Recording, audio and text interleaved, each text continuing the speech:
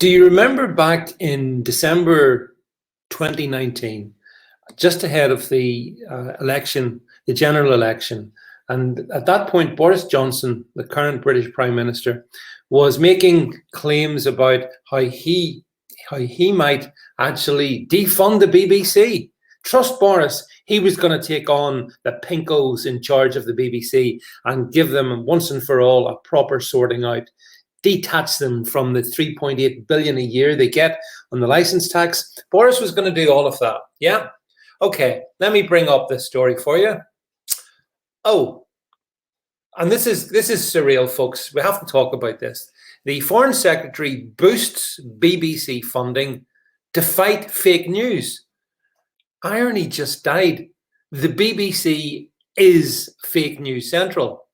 And the illusion that this government and the BBC are at odds with each other should be absolutely smashed into smithereens with, if you needed it, smashed into smithereens that way. Get this. So Dominic Raab, the Foreign Secretary, has announced a further 8 million on top of the 3.8 billion, by the way, for BBC World Service to tackle harmful disinformation, challenge inaccurate reporting, and improve digital engagement. I have to laugh at the last bit, by the way, because as everyone knows, if you follow me, the BBC has been hemorrhaging license payers by the million over the last decade or so. The levels of engagement with BBC programmes is at an all-time low. But the government wants to spend further millions helping improve digital engagement.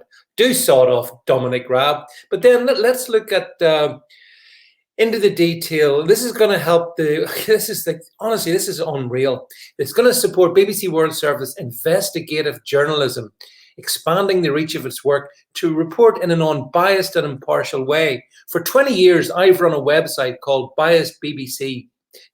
You should go there and check it out, which details on a daily basis the biased and very partial approach taken to the BBC. But that doesn't matter. No, here's for another 8 million.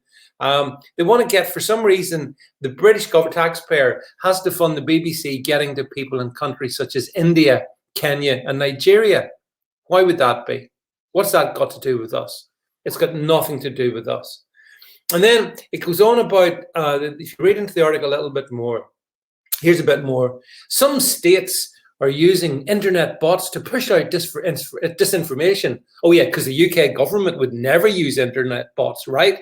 On social media platforms, spreading fake news around the coronavirus pandemic, resulting in harmful content that is often shared widely by tens of thousands of people on social media. Oh my goodness. So the BBC is going to tackle this then and really get to grips with those pushing fake news. But that's going to be such a problem because the nobody pushes fake news more so than the BBC.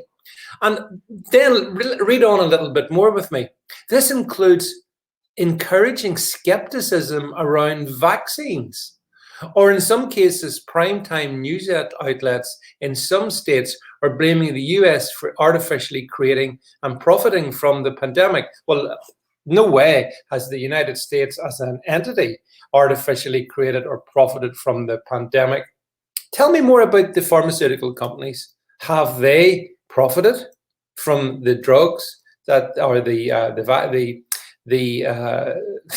vaccines that they have created? I think they have, but is that fake news to state fact?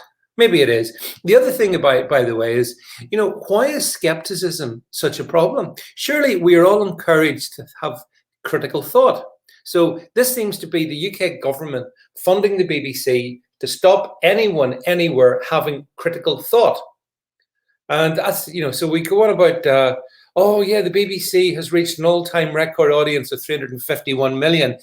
Don't believe the way they present those figures is extremely disingenuous. Don't believe that for a second. Why don't they talk about the BBC's audience in the UK? Don't talk about that. Why is that? Strange. That's been ignored. So it goes, folks. So look, here's the thing.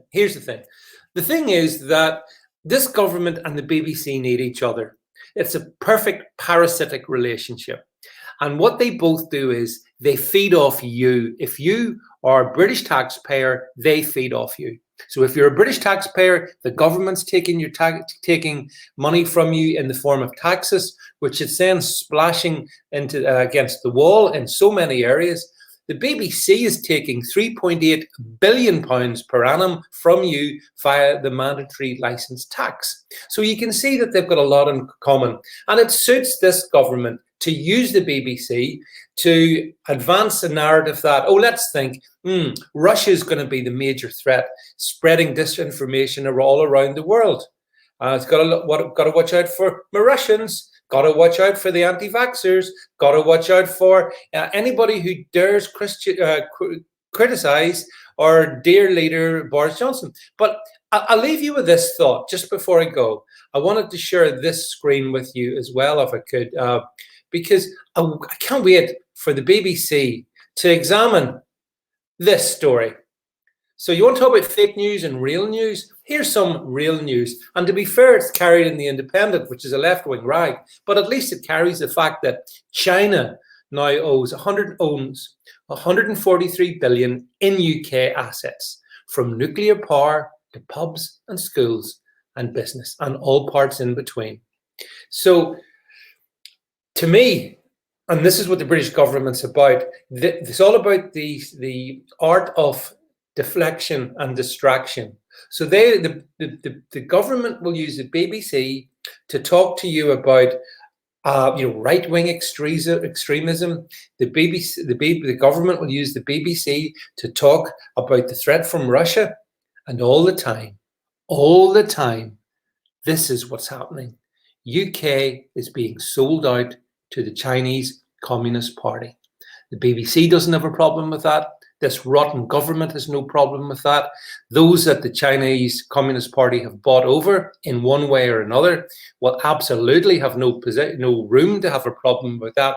But I do have a problem with that. And so should you if you're a sentient human being. So as I say, the BBC and the British government, different sides of the same rotten coin. That's what I think. Let me know your opinion in the thread below. Speak soon.